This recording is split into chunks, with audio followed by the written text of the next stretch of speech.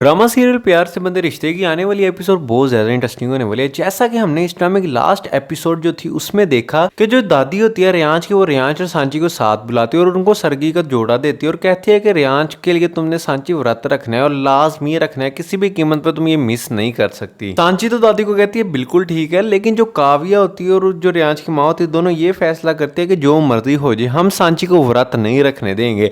अब उनके दिमाग में कोई शैतानी प्लान सूझता है। जो सांची होती है वो तो चले जाती है, वो व्रत की तैयारी करती है और जब वो व्रत के लिए खाना खा रही होती है उस टाइम खाना खाने लगती है, साथ ही रियांश की माँ आके उसका हाथ पकड़ लेती है और उसको कहती है कि मैंने तुम्हें कहा था ना, मैं तुम्हें व्रत नहीं रखने दूंगी, और ये पकड़ो। उसकी खूब बेइज्जती करती है और उसके आगे से खाना उठा लेती है और उसको कहती है कि मैंने तुम्हें कहा था मैं अपने बेटे की जिंदगी में तुम्हें रहने नहीं दूंगी, सिर्फ मेरी मेरी सास की तबीयत खराब है, जैसे ही ठीक होती है मैं तुम्हें इस घर से निकाल दूंगी। फिर हमें दिखाया जाएगा वो उसकी खूब बेइज्जती करने के बाद वहां से खाना उठा के ले जाएंगे। अब सांची खूब रोएगी वहां, वो सोचेगी मैं व्रत तो रखूंगी।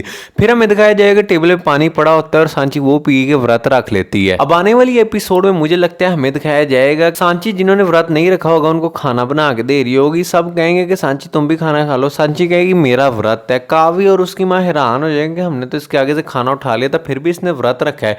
रियांश को इतना फर्क नहीं पड़ेगा कि इसने व्रत रखा हुआ है, लेकिन जैसे ही सांची की थोड़ी तबीयत खराब होगी क्योंकि उसने खाना वगैरह नहीं खाया, तो रियांश उसको वो जैसे ही गिरने लगेगी तो रियांश उसको पकड़ लेगा। फिर उसको पता लगेगा कि सांची ने कुछ खाया ही नहीं है। फिर हो सकता है उसको काव्य और माँ के अपनी प्लान के बारे में पता भी लग जाए।